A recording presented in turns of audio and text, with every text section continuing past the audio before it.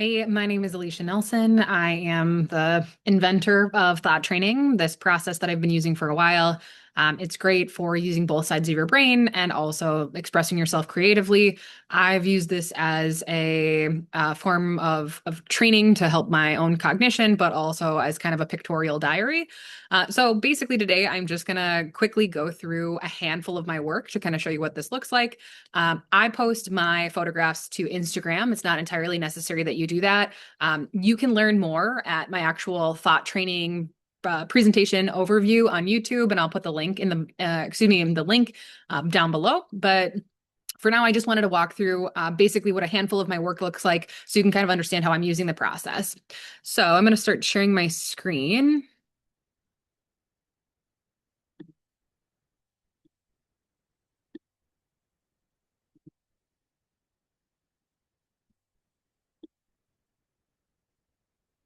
So, as I mentioned, I refer to this as thought training or a pictorial diary. You can, depends on how you want to look at it. I have used this in every aspect of my life to remember things, content that's important or relevant, different theories, so on and so forth. And we can kind of get into that. This is going to be a little bit straightforward and really just an example of how I've been using it.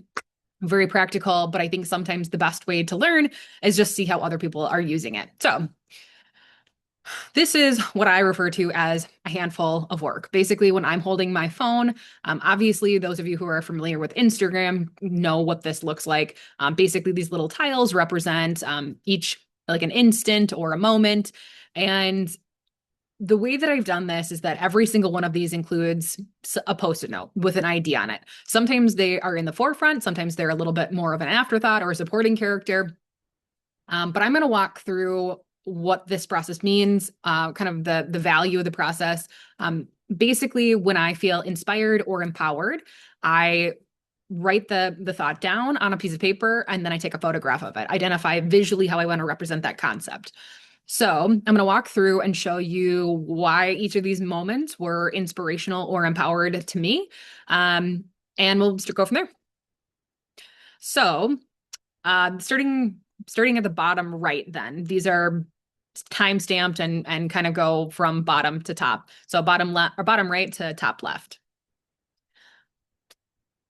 I was standing in Target and I one of the things that I have been thinking about a lot recently is about the value of being like rich. Now, rich means different things to different people, but there are different aspects of wealth. So, like spiritual wealth, connection, like wealth and connection, friends, so on and so forth. Obviously, material wealth. But in this particular moment, I wanted to take a moment. This is a process I've been doing for a very long time. So basically, when I captured this moment, I wanted to show how valuable I felt my perspective was.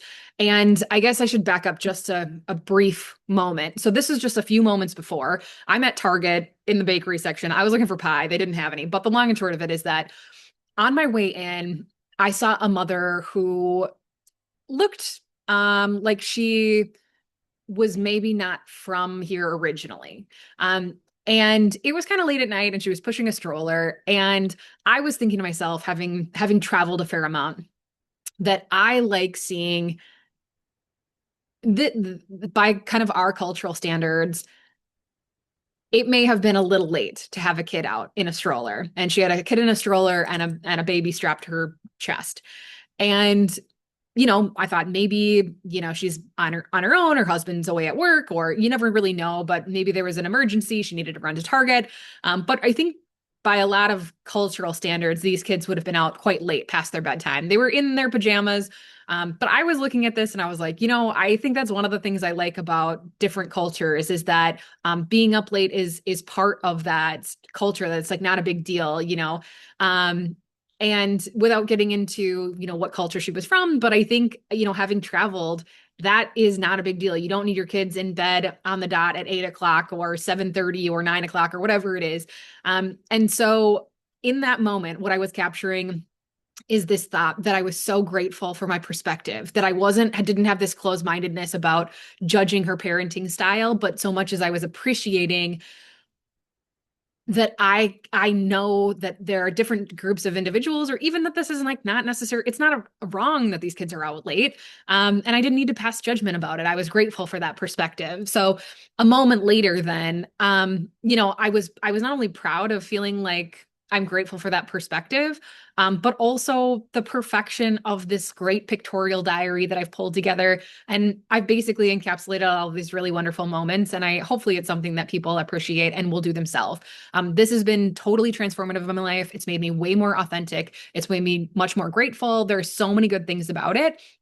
But basically, on the heels of that, I was standing there and thinking about how many inspired and empowered moments and how this has shaped my perspective. And one of the things that I had mentioned about wealth is that I do think that there is wealth in identifying like a broad perspective. And so that's what I was capturing here. It's just like learning. I just wanted to remember to learn to like appreciate the perfection of what I've created in this like whole big pictorial diary. Later that night, I was sitting at home and I was watching TV, and I don't really remember what it was that prompted this, but I was wearing my Van Gogh shirt. And he's got his thumbs up. It says "Go for it" on it. I love a novelty t-shirt. And yeah, I was just thinking to myself, you know what? I think it is incredible that I have this broad perspective. I'm so grateful that I've had the opportunity to travel, but it doesn't require that you travel to have be empathetic and put yourself in someone else's shoes.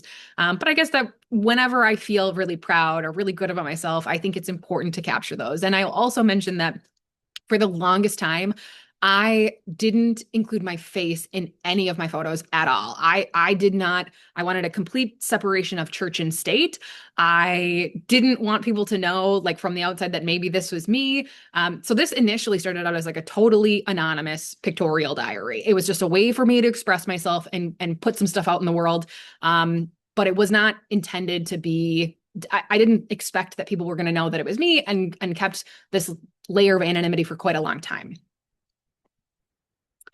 Then I was watching 3,000 Years of Longing, and this often happens to me. So I guess maybe that was what I was watching. But the long and short of it was that oftentimes, now, admittedly, on the surface, this is not a great photo.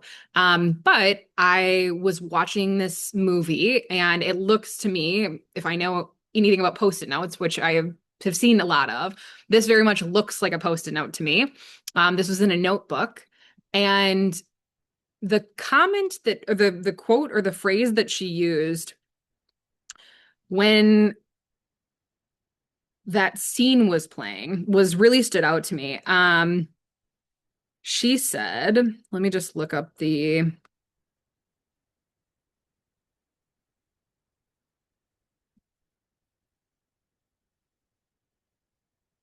oops. Basically something about how oh, here it is. Okay. So the quote that she was using in the movie when this appeared on the screen was about an imaginary friend she had when she was young, and she wanted to capture everything about him, so on and so forth. And so this was all her doodling and all the ways that she kind of encapsulated this imaginary friend. And the script or the language that was playing during this scene was, but the more realism I tried to insert, the more I began to doubt. And the reason it stood out to me was because recently I've been thinking about how I do believe consciousness creates. And in some ways, I feel a bit at odds with myself. I've been explaining to a few other people in my life that I've met a number of people who just think they just kind of breeze through life. They're like, oh, I just thought maybe I wanted to buy a new house. And then all of a sudden the perfect house came on the market, and, this financing came through, and it feels like they just kind of very easily let go and things come to them. And I think I've been a bit frustrated with myself. I recognize sometimes I can be a little bit of a control freak, and I think that's somewhat blocking some of the things to manifest in my life.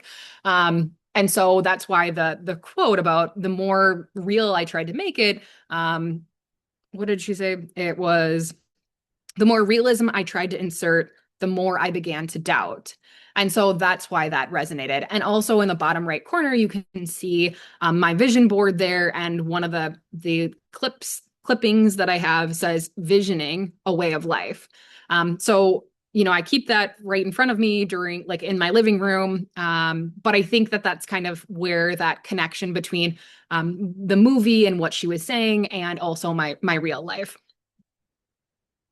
Now, this one is a little darker than when it actually appeared in the photograph, but this is a quote from the film as well, and it says, "We only exist if we are real to others." Now, I don't know if that's 100% true, but I have been thinking a lot about putting myself more in the limelight. This is something, a process I'm really passionate about. I thought about getting into public speaking, although I have, I get very nervous in when I do public speaking. That said, I've definitely been working on it. I have been going to Toastmasters. And while I think that that's a possibility, I also just want to keep doing what I'm doing and have maybe more traction with the art and some of these thoughts. So I've been trying to figure out, what's the right path. The long and short of it is that I think what I was saying before about having this totally anonymous kind of pictorial diary. And then I have my other front facing or, traditional Instagram. And over the course of the years, those two have really started to converge. And I think it's by way of this process that I really found my authentic voice. And I'm so grateful I have. But I think now, because they're starting to converge, I have to take the next step and do something to make myself more real, not just in a digital fashion.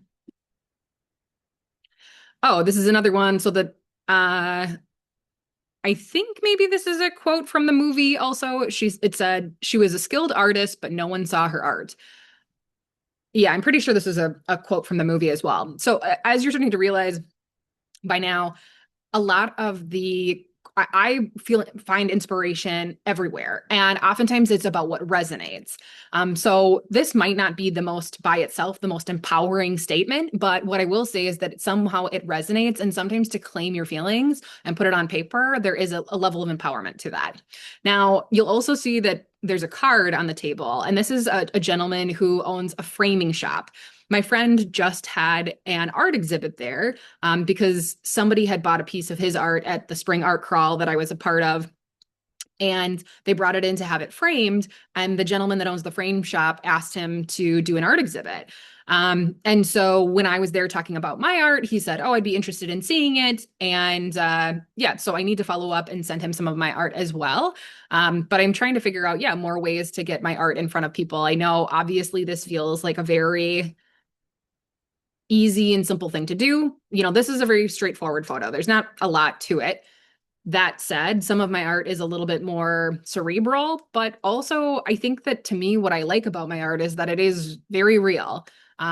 It's not meant to look better than it is. And oftentimes I try to remind myself, like, lay it or play it how it's laid. I don't try to adjust too much or again, make it look better than it is. I just try to be as real and authentic as possible. And that's one of my favorite things about other photographers that I like. Now, I was out at Ga Noi in Minneapolis for dinner, and I was sitting on the rooftop. And normally, when I want to represent an idea that I think I encapsulate, I often will take my post-it note and I'll put it in front of me, and then I'll take the photograph of it. And I was a little embarrassed because there's a lot of people around. And so I didn't do that. I just took a photograph of it in my hand. But I would say in a world that feels, and I've talked about this a lot recently with people, I think that there's a major distinction between faith and religion. I would say I'm a deeply faithful person, but I'm not at all religious. And what I mean by that is that I think faith encourages you to go inside or reflect within to determine where it is that you should stand and on certain issues, so to speak. Whereas I feel like religion deems themselves the authority and feels they should tell you where to stand and what to do. And I think in that distinction, for me, faith can't be manipulated, whereas religion can. And the question I ask a lot of people who are religious is, if there was no literature, if there was no book, would you still know how to live? And my answer is simple. It's, of course, yes. We all have an internal guidance system. And Abraham Lincoln said, "When I do good, I feel good. And when I do bad, I feel bad." And that is my religion. and it's pretty simple. And so I guess in the way that I I have developed this authentic voice and the things that I care about, um, and the things that I wear that represent my values, I do feel a bit like God's propagandist in that I try to document a lot of like the miracles that I see. I see a lot of custom license plates, and and to me, I just expect or appreciate those as kind of little signs or signals that I'm on the right path. But just different things that come up, people I encounter, conversations that I have, and I try. I think that to me being in alignment with God or source or whatever you want to call it, or maybe you don't call it anything, or maybe you think there is nothing, that's fine too. I think that when I am at my best, the best version of myself, I'm loving and loving and in alignment with whatever, like I think that higher power is. And so I try to stay in love and alignment as much as possible and through the conversations I have and through the things that I do.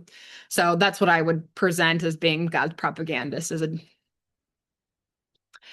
so this one is from a book I've been reading, which is really good. Sorry, but The Motorcycle Diaries, which was turned into a movie. I haven't seen the movie yet. I wanted to read the book first by Che Guevara. And I liked this one because I'm a notorious highlighter. I highlight all of my books. There's no reselling them, but I liked a couple of excerpts on this, and one of them was being I'm just trying to read it off the screen. Um, oh, and I just love he's so poetic. He's a very poetic, and you can tell how much he loves people, very much a humanitarian. And obviously, if you know anything about Che Guevara, was an Argentinian revolutionary. Not at all surprised that's kind of the path that he went down. And oh, and one of the phrases that he used here was highly conscious of his present glory.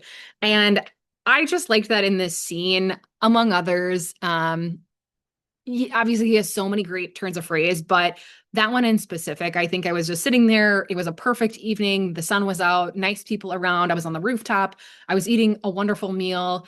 And yeah, I guess I felt like that was reflective of present glory. And also just I'm so proud of this perspective that I've developed, um, and my level of authenticity. And yeah, so that was a moment of inspiration. This is coming down the stairs. Like I said, I initially was not in any of my photos, or at least my face wasn't. So nobody could really track this back to me. But over the course of time, I have become a lot more open about doing this process and how I feel and how I perceive the world. And so this is admittedly not a great photo. I was still a little shy because these girls who were standing there, some workers at Ganoy, and it was a little cheesy to be taking a selfie. But yeah, I guess, you kind of start to overcome that fear. And maybe some people don't mind that. I've never been one to like really like the limelight or the spotlight being on me. But I'm trying to get more used to it. So that was that moment. And, one of the movies that I've been talking to people recently about is Disclosure. And I wholeheartedly believe, I mean, I think it's a very naive thought to think that in the vastness of the cosmos, knowing how tiny a place Earth is, planet Earth itself is like so, so tiny in comparison to the whole of the universe. I think it feels very naive to think that we're the only advanced civilization. Um, Yet, a lot of people think that. Not that there's anything wrong with that, but the movie Disclosure, I think oftentimes the media has been used to warm the population to some of these ideas. And I think the film touched on a lot of topics that might come up or be intertwined with this notion or full disclosure that we have been in contact with other civilizations for some time. That's not a spoiler. I think you kind of get that from the name Disclosure and from the trailers and so on. So yeah, I had just written that down because I think that is true. I don't think we're alone in the universe. Um, of course, you can read into this a little bit. Um, And I think that the other thing too is like saying, maybe from a spiritual aspect, we're not alone in the universe. I think that life gives us an opportunity to feel this sense of separateness, and consciousness allows us to tap into the whole. But so I guess the thought is twofold, but that was just what was on my mind. Um, and this one I actually don't remember. I was watching something, but the phrase, you remember how to do this, that stood out to me. I think probably on the heels of thinking about not being alone in the universe. I've read some interesting books that probably are a little out there to some people, but it talks about, living various lives.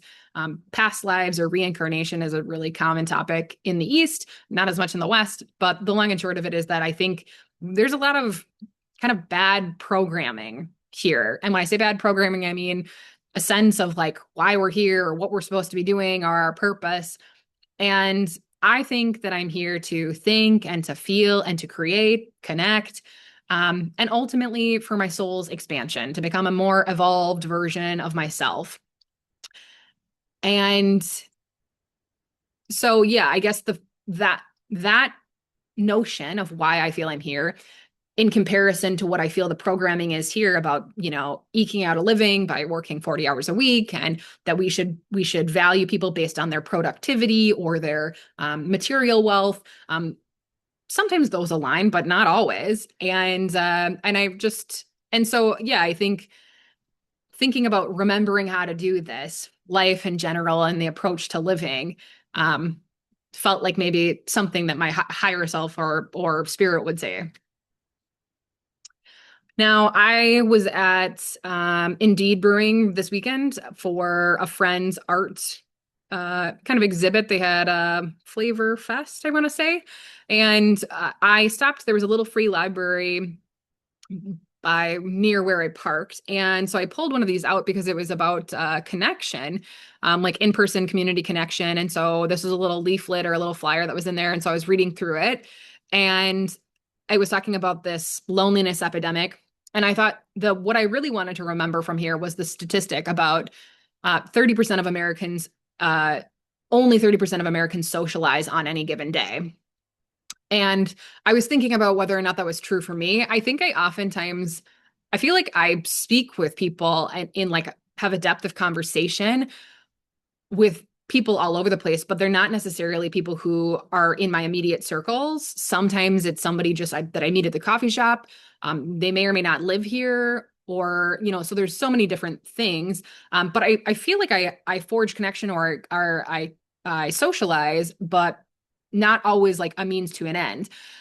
And also, I definitely know that I scroll too much, and so I wanted to partake in some of these events to increase the amount of in-person connection I've been doing. So that was that one. And as you can see, the post-it note is up. I was in the book that I was reading. I still going on motorcycle diaries, but that's there, but it's in the background. So really in this picture, what I wanted to note was just the 30% of Americans socialize. This one is from a spiritual circle I was at on Saturday morning. And the phrase that Sue used was, openness is necessary for release and receiving. And as I mentioned previously, I sometimes at a little bit at odds with myself in regards to like recognizing consciousness creates. I'm trying to focus wisely. And maybe I'm a little too intense about it, or maybe I don't trust that it's going to happen. I recognize sometimes I oscillate between faith and fear. And I think sometimes straddling that line is what causes me to just feel stalled. And so this phrase that she used stood out to me. So openness is necessary for release and receiving. I thought that was interesting. And ultimately, part of what this process has done, and like I was saying, sometimes when I feel like I'm embodying or I'm encapsulating what I've written on the post-it note, I hold it in front of myself and take a photograph. And this is at Bina's Burgers, which is really good. They've got a great vegan sloppy Joe. And their fries are phenomenal. And so I was there, and um I think what this process has given me is a developed sense of self. I think what I'm experiencing or we're all living through this time period, particularly in the US, but across the globe is um I think it's challenging a lot of people to identify where they stand or what their values are or how to speak up about their values. And I'm really outspoken about political topics. I've been out and protested, which is my family is not uh, probably doesn't they don't really agree with that. And also myself and they are quite different politically. But I'm not afraid to, say where I stand and stand up for people that I feel are um, that could potentially use an ally and so on and so forth. And yeah, I feel like this process has helped me develop that sense of self and that I'm not fearful or worried that I'm going to lose friends or whatever. And so, yeah, this is a very imperfect photo. It's a very casual, relaxed, but you can see nearly everything that I'm up to. I'm trying to take in information. I think reading has been so essential to this process for me. I can't keep coming up with great ideas if I don't absorb new information or content. I'm a huge content junkie, whether that is movies or books or conversations. And so that kind of encapsulates I love good food. I'm conscious. I try to really limit my intake of I eat primarily plant-based. You can't necessarily see it behind there, but I have a Palestine necklace on. And yeah, so I'm just kind of in in full view, I guess, and my perspective on the world is kind of encapsulated in that photo. So that's pretty much it. I just wanted to, like I said, run through and give some idea of um, what this process looks like. So the other thing that I wanted to do was talk about how I analyze my own work. I think that sometimes we oh, that's not it. There's a couple more. So this is a screenshot that I took. What I liked about this, and I didn't cover one of these photos, but when I was looking back, part of this process is not only to capture the moments that I feel inspired and empowered by, but also to reflect on them because sometimes things will pop out to you in um in your work. So I wanted to talk about this. So the bottom right and the top left, um, and maybe it's mirrored, I'm not really sure, but basically at the bottom right for me, it says, "What's it like to be the center of the universe?" And on the top left, it's the photograph of me sitting out. Again, I feel like kind of full view. There were people around, but I didn't mind taking a photo of myself with a post-it note, even though it looks a little crazy. And then in juxtaposition of that, talking about kind of social isolation. So you can see that there's, like I said, a little bit of a juxtaposition. I was sitting by myself, but I was eating and reading, which I really don't mind. I enjoy my time, but I certainly would like more friends and more connection. So that's something I'm working on right now. And um, the other thing that's I think is kind of interesting is that the photograph or the quote that says you're only real, what does it say? Like you're only real if you're real to others, something about being real to others. That one is pretty dark. It's kind of hard to see. And similarly, in kind of the opposite of that, it's myself in the mirror, but it's not well lit. And I guess I am kind of just coming out of this phase of feeling like, you know what? I would be fine if people knew that I had this Biz for Thought Instagram account and my regular account. And so those are kind of converging, but it's interesting to see how one is represented as a thought and one is kind of represented in real life. Um, and it's interesting also the feeling of being like incredible, like proud of myself, of like this perspective that I've gleaned over the years. That and the you remember how to do this. There's so many. I've studied a lot about near-death experiences, and one of the things that people say often after having a near-death experience or being resuscitated or revived after a near-death event is that, this is happening and unfolding perfectly, and it's our part of what we're here to do is to remember how we divine and like this like unique creative expression of God that we are. And so that's kind of interesting. The you remember how to do this, and the fact that I was feeling incredible in that moment. Even though I wasn't doing anything incredible, I was just sitting on the couch. I was just thinking. But that's kind of an interesting juxtaposition. And yeah, so that's kind of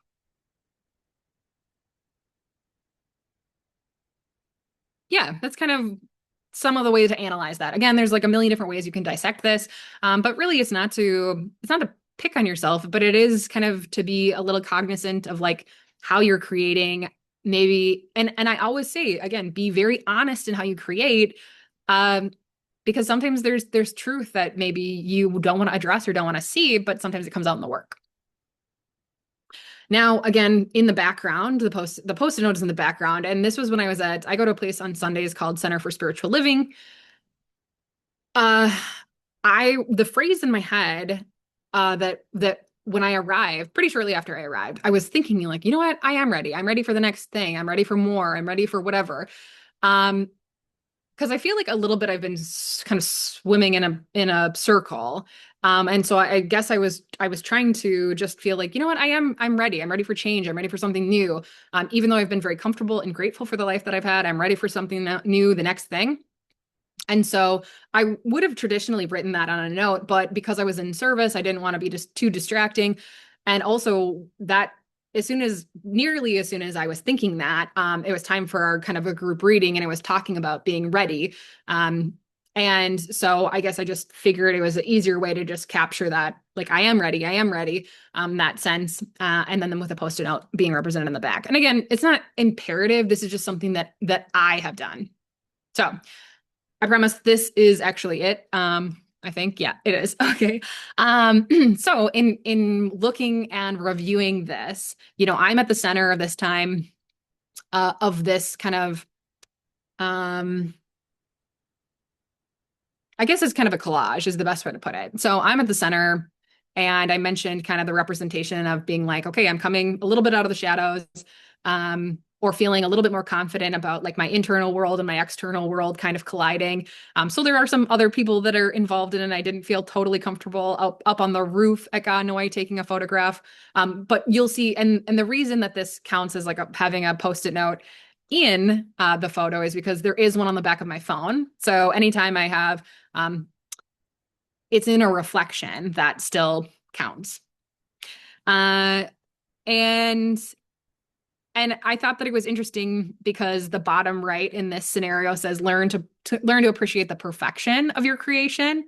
I'm in the middle, and on the top left it says ready, ready, ready, ready. So I guess indicative of a sense or feeling that I am ready for the next thing, maybe that I am ready to move forward with more limelight involved.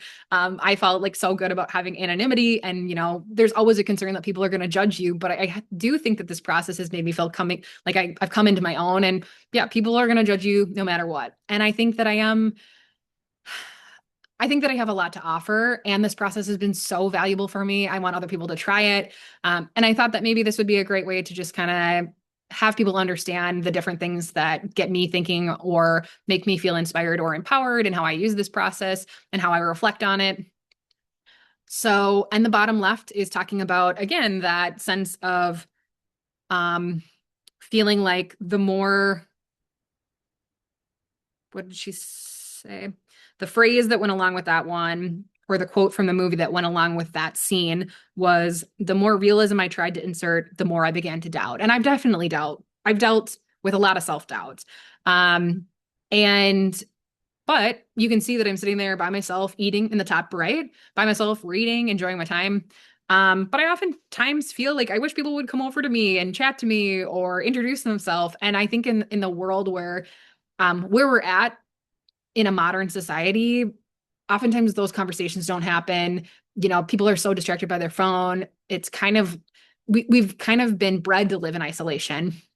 And so, um, yeah, I don't know. Maybe those are and somehow like a little bit of a juxtaposition. You could say also there's a post-it note, obviously in the bottom left, and there's like kind of a checkerboard pattern. I don't know. So things like that. Again, that's more of an artistic kind of a thing to note. But you'll also start to know patterns and symbols, signs. One of the things that I didn't discuss in this video was about music that's often paired with these pieces, the significance of lyrics in maybe one of the squares, but then in the opposition, there's a word or a phrase that stands out. So you'll start to notice that there are absolutely themes that go along with this stuff. But again, this video went way longer than I anticipated. I'm just doing one take, so I know that there's a lot of ums, ahs, and a lot of um, extra filler words and so on and so forth. But hopefully this has provided just like a super rudimentary overview of what this process is. Again, if you're interested in doing this, it has been so transformative in my life, and I hope that you will give it a shot. But you can find more information on my YouTube channel, and it has like the full presentation about like the value of this process, why I think it's important, and how to do it. So I'll leave you with that. Thanks so much, and hopefully you found it informative.